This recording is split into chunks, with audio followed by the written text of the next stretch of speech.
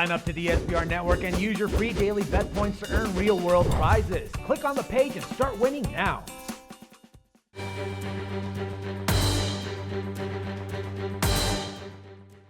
What's happening? Welcome to SBRforum.com. In this video, we're taking a look at Game 7 between the Anaheim Ducks and the Los Angeles Kings. Now, if you've been listening to my picks or following the videos in this series, you know that I've liked Los Angeles the entire time, and really nothing has changed for me in Game number 7. We had them in Game number 6 to cash and force a Game number 7.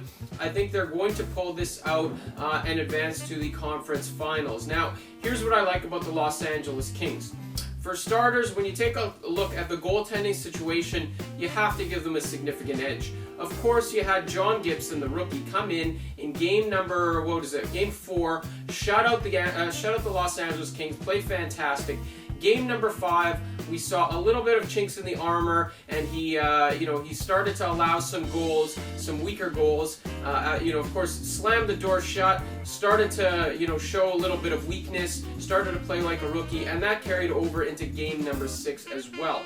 You take a look at the game-winning goal for Game 6. It was an easy wrister. I mean, we're talking about a wrister from the outside of the face-off circle, beating him between the legs and the 5-hole. That's a goal that he would like to have back. You take a look at the progression. That's really what I'm trying to highlight.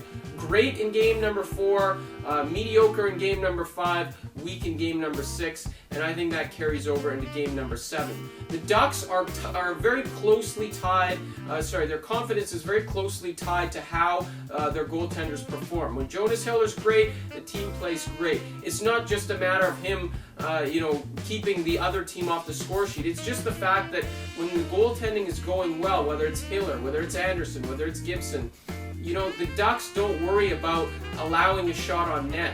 When Gibson is playing like this, when Hiller's playing weak, when Anderson was brutal as he was in the first round, all of a sudden the Ducks have to change the way they play because any shot can go in at any point, and that's what happened with the game-winning goal in game number 6. So I think the confidence has changed for the Ducks. I know they pushed hard in the third period of Game 6, but I think it's going to be a different situation in Game number 7. Remember, this is a 20-year-old kid. He's young. He looked nervous in Game 6. Also, remember the time when he came out of the net, nearly, cleared the puck or made a massive mistake that would clear the puck to the Kings and give them an empty net goal.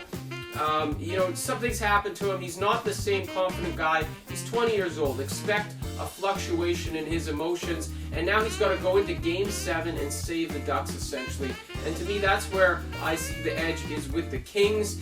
On one hand, you got a 20-year-old goaltender who's in the AHL last month, who hasn't been in this situation before. What are we talking? This is going to be his 7th NHL start ever. He's got to lead the Ducks to a win to carry them to the Eastern Conference Final versus Jonathan Quick, Vezina Trophy type, Conn Smythe winner, all-world goaltender, played in the Olympics, has been in this situation many times. The Kings had to win Game 7 on the road in round 1.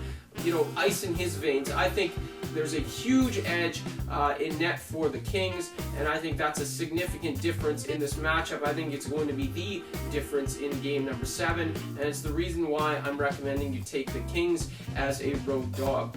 Thanks for watching this video right here on SBRforum.com. We'll talk to you again soon.